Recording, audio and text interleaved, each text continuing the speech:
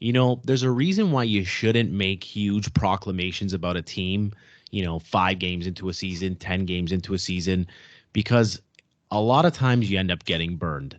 See the Habs last season, whenever I thought they were juggernaut the first 10 games, and then they barely scraped by and made the playoffs. Yes, we know what happened in the playoffs. Nonetheless, same thing happened again this year with the Edmonton Oilers.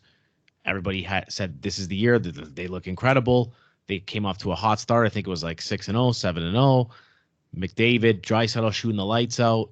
They added Zach Hyman seemed to be fitting in like a glove, and a lot of Oiler fans, a lot of Oiler beat writers took it as their chance to actually talk about the Leafs for some reason and say how Leafs shouldn't have let go of Zach Hyman. We got him now, and it really looked like Edmonton had seemed to turn a corner, so to speak, but they're now in a slump, which is pretty much stretched a month long. Frankie, I know you have the record in that month. What is it? Well, in the last 12? Yeah. Yeah, I think they're after tonight's they're 2-8-2 in their last 12. So what is going on with this team? Should they be making a coaching change? We wanted to touch up on it because they're in year 4, I believe, now of McDavid's 8-year contract, and they seemingly have made no progress in that time. And myself, I wonder if McDavid is going to start showing some frustration out of this. Right now, they're at like 50% odds to make the playoffs, which when you have two of the, let's say, top 5 players in the world, that should never be the case. You look at when Pittsburgh had Crosby and Malkin in their primes and were 2 of the top 5 players in the world. Making the playoffs was never an issue, despite injuries, despite other things that were out of their control. Yet the Oilers are just scraping by again. What do you think is the problem in Edmonton? Can it be fixed? And where do they go from here? So obviously the problem for any team, any successful team, it always starts in your net. Okay, it's you haven't made the playoffs with a combination of Mike Smith and Koskinen. Yet you had a chance of going another direction, and they brought back Smith. Now Koskinen was given the contract before Chiarelli was fired, so trying to get rid of a contract like that's not the easiest thing. So that's the only Holland pass I give him. But remember before the year started, they said, oh, look at the moves Edmonton's making. They brought in Duncan Keith, an aging Duncan Keith, Cody Ceci on the back end. Where did they think that was going to bring the Oilers? So that's problem number 2. Problem number 3 has always been depth.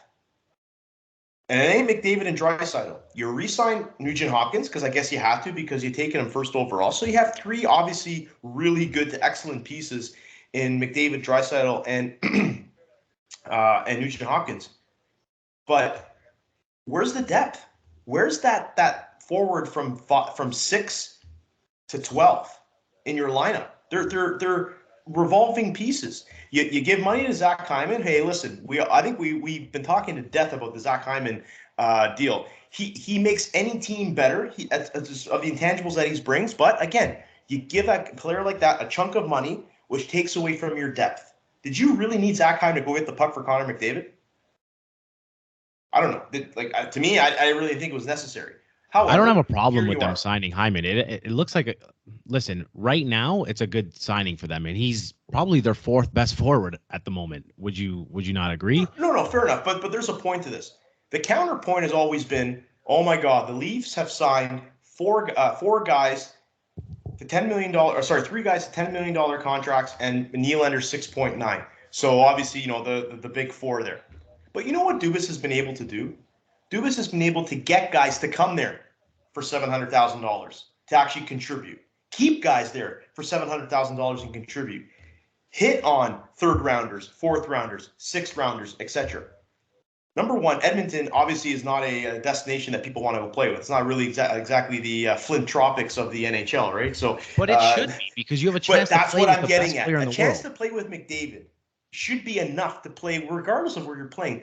A chance to play McDavid and Draisaitl to get guys on those $1 million deals, $700,000, to find those players. That's the issue. It could be the scouting department, the pro scouting department, the development side. It's just not happening there at Edmonton, and it's just the same thing over and over. So what they're actually doing is saying, like, you can bring in anybody you want. Holland's not doing it right now, and obviously Tippett's probably going to fall on the sword here. But it's more in that organization where, like, it's always an old boys club. Kevin Lowe, Tambellini. It's the same garbage in the background.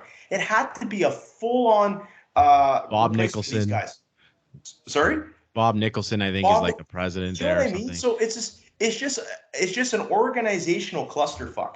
So unfortunately, what's this telling McDavid? You're telling me now in 4 years they're going to turn into a Stanley Cup contender by the time he's ready to walk out the door? It's not going to happen. It's not going to happen, and they're locked into these contracts. Well, CC, Frankie, 4 years is a long time. A lot can change in 4 seasons. guys, if it hasn't been this four since he's been there too. They have to draft properly. Joe, how are you going to draft and develop in 3 years? And You definitely got to hit on some. I think you got to start in net. Like that's the biggest, right? and a lot. That's where they were criticized the most this offseason. They didn't address the goaltending. Mike Smith had a good year last year, but he's 39 years old. You can't bank on that and not have a backup plan. Your backup plan can't be Koskinen in that situation. And I get the contract with him. I get it, but they really should have went out and improved. Like Freddie Anderson would have been a good signing, I think, for Edmonton. Yeah. And just actually, that's where I had him going originally. Right. Yeah. So you have that, and then I think their defense possibly got worse because you lost Larson, you traded Ethan Bear, and you replaced them with 38-year-old, 39-year-old Duncan Keith, and Cody Warren Ceci. Fogle. Like Leaf fans, we know what it's like to have a third of your defense of Barry and Ceci. It doesn't work out well for you. No, So it does not. I feel for Connor. I feel for Leon because they're still going to put up their points. They're still going to be the best players on the ice most nights, but they're only playing 22 minutes a night. What happens in the other 38 minutes? And you're not trading McDavid or Draisaitl. No. So, like, they're two best pieces. So what do you have left? Are you trading Nugent Hopkins? You're really not getting any better. You might get worse, but you're not really getting any better. So between Draisaitl, McDavid, Nugent Hopkins, and Hyman, those are contracts you're not trading. You just signed Darnell Nurse to $9 million. Why would you trade him? So where are the Oilers going to go with this, really? They're just spinning their wheels. I thought they did like a much better job of being a defensively structured team. I think Dave Tippett is the coach there now, correct? Yeah, he's a good coach. Not for long, yeah. Yeah, but he's known as a defensive coach. He was with, I believe, Dallas when they were kind of really stout defensively. You brought up a name, Duncan Keith, and I'm kind of happy you brought that up because that ties into two other teams that I tend to think of in this era that had generational players. One you guys named was Pittsburgh that had Crosby and Malkin, and the other one was Taves and Kane in Chicago. And both were kind of mini dynasties, or I guess you could say they were dynasties, whatever you want. But the one thing that both teams had, and Frank touched on it, was depth. Think of like Chicago in that first run when they had Ladd and Bufflin and Versteeg and Bolin, and they had guys to go along with Kane and Taves. You think of Pittsburgh that they had Kunitz and Letang and Fleury and, on and on. There isn't that depth here in Edmonton. Like, name a depth guy for them. Kyler Yamamoto, they're basically relying on Kaler. Good player. But he's your we need him to produce when McDavid and Draisaitl are not producing. Jesse Puljujarvi, Warren Fogle, not really. Are these guys confident names? No. Do they move the needle for you in terms of like, oh man, if you shut down McDavid, you shut down Draisaitl, and they are in a slump, and they'll get out of it because they're both fantastic. But you need those secondary pieces. And you need your goalie to steal you some and not let in deflating goals, which has happened an awful lot. I wasn't a big fan of the Nurse signing. I think Nurse is a disaster defensively. I don't think he's like offensively he's okay. Ooh, hot take there. Defensively, Bobby. I don't know if he's like, I've watched him play defense and I'm like, man, I don't know if I'd want to have someone like that's kind of a little Subban-ish. That's a little bit reckless back there. I like Subban, but he could be reckless at times. This team just does not have depth. And if you tell me, man, who's a serious contender for the Stanley Cup, I will never think Edmonton, no matter how great McDavid and no matter how great Draisaitl are. Yeah. All right. We want to hear from Oilers fans because I know Frankie and I are a couple of Leaf fans. We're not trying to pick on you guys as much as, you're probably going to come at us and say the Leafs suck, win around, blah, blah, blah. We legitimately want to know. You watch your team every night. Where do you guys go from here? What do you think you need?